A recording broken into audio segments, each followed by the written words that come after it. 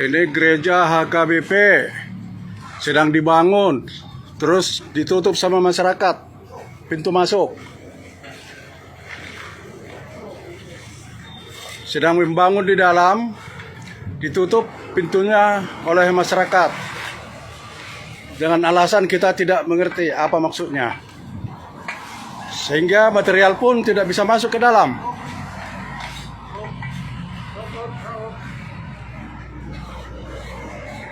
Ini sedang bekerja, kita tidak tahu siapa yang menyuruh, tapi rame-rame mengerjakan, tentunya terkoordinir.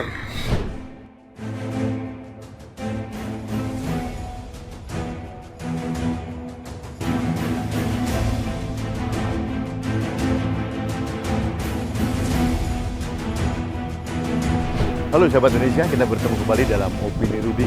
Sahabat Indonesia, saat ini saya ada di Tanah Lot. Di belakang saya itu adalah pura luhur dari Tanah Lot yang sangat legend. Ini luar biasa.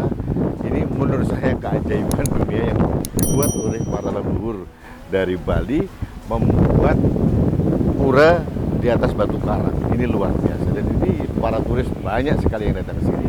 Saya menggunakan pakaian adat untuk dan masuk ke pura.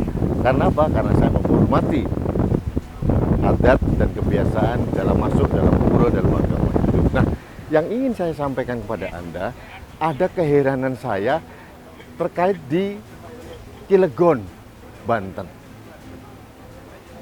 Coba lihat video berikut ini. Ini gereja HKBP sedang dibangun, terus ditutup sama masyarakat pintu masuk. Sedang membangun di dalam, ditutup pintunya oleh masyarakat. Dengan alasan kita tidak mengerti apa maksudnya. Sehingga material pun tidak bisa masuk ke dalam.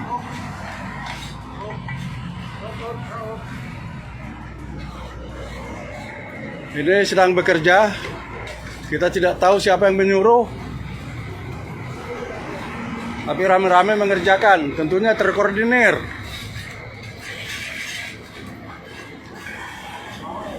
Ini gereja HKBP sedang mulai membuat fondasi di dalam.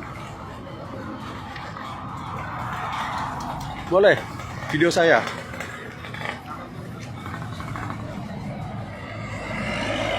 Kondisi sekarang di lokasi gereja HKBP banyak masyarakat yang kumpul.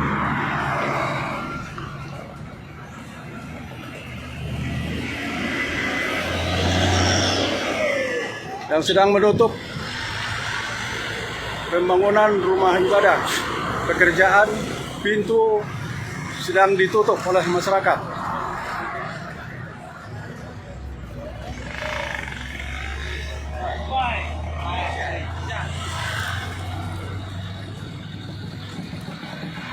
Ini sesepuh juga ada di sini yang menyaksikan peristiwa ini.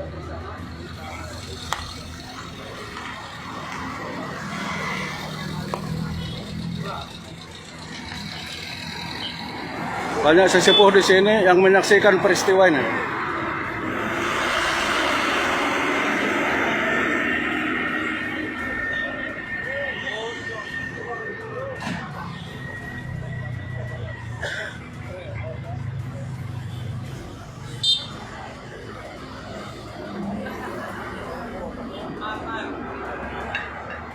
Luar biasa ini.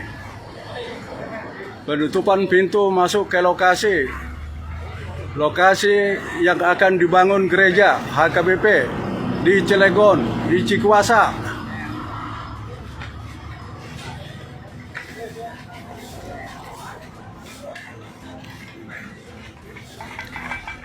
Ini lokasinya. Nah, kalau kita lihat video tadi, betapa tololnya orang-orang itu. Pembangunan gereja yang sudah mendapatkan izin, pintu gerbangnya ditutup oleh warga. Sehingga akses material dari pembangunan gereja itu tidak masuk.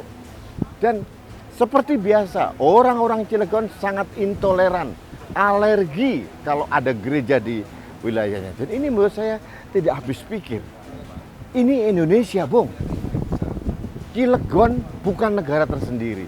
Harus patuh pada aturan dalam konstitusi kita. Semua agama di Indonesia mempunyai hak untuk mendirikan rumah ibadah. Dan menurut saya salah satu biang keladi yang belum diselesaikan adalah SKB 2 Menteri tadi. SKB 2 Menteri ternyata bukan solusi bagi teman-teman minoritas yang akan mendirikan rumah ibadah. Justru menghambat. Kita bertemu dengan kelompok-kelompok orang yang sangat intoleran, yang sangat alergi dengan pembangunan rumah ibadah agama lain. Bagi saya ini tidak masuk akal. Jadi saya mohon kepada pemerintah untuk turun tangan, ya, jangan dibiarkan, karena ini menjadi legacy yang buruk di pemerintahan Presiden Jokowi. Ada kegiatan penolakan pembangunan gereja dan ini berulang dan berulang lagi di mana-mana. Ini citra buruk bagi Indonesia. Barusan saja di Bali ada perhelatan G20. Kita dilulukan di masyarakat dunia. Keindahan Bali, keindahan panorama Bali, keramah taman orang Bali itu merupakan suatu hal yang perlu kita contoh. Seperti saya sekarang pakai pakaian kebiasaan masuk pura. Karena apa? Saya menghormati kebiasaan dan adat di pura itu. Apakah saya yang beragama Islam lalu berubah akidah saya? Tidak. Saya tetap Islam. Saya tidak akan berubah akidah saya. Saya hanya sekedar menghormati kebiasaan, adat, tata cara, etika dalam masuk pada rumah ibadah agama yang lain. Mbok ya, pemikiran seperti ini dimiliki oleh teman-teman saya di Cilegon. Jangan memaknai agama secara sempit. Indonesia ini adalah negeri yang indah, penuh dengan keberagaman, penuh dengan keindahan, dan ini adalah takdir sejarah buat Indonesia. Harus kita jaga. Sekali lagi saya katakan, semua warga Indonesia mempunyai hak untuk mendirikan rumah ibadah dimanapun di bumi Indonesia, sama, tidak boleh ada diskriminasi. Dan pemerintah harus turun tangan, turut campur, Menteri Agama, kalau perlu Pak Presiden, jangan biarkan pelarangan pembangunan gereja atau rumah ibadah apapun di negeri ini tetap berlangsung dan berlangsung. Saya akan suarakan, saya akan jaga terus. Untuk apa? Untuk menjaga Indonesia. Baiklah sahabat Indonesia, dari Tanah Lot, opini Rudi disampaikan dan mudah-mudahan didengarkan oleh para pemangku kepentingan dan kita tidak lagi akan melihat penolakan pembangunan gereja, penolakan pembangunan pura, penolakan pembangunan wihara, dan sebagainya. Indonesia harus kita wariskan pada anak cucu kita dalam kondisi yang sangat indah, harmoni dalam keberagaman. Itu keinginan saya, itu intent saya. Terima kasih, kita bertemu kembali dalam opini Rudi selanjutnya. Sampai jumpa.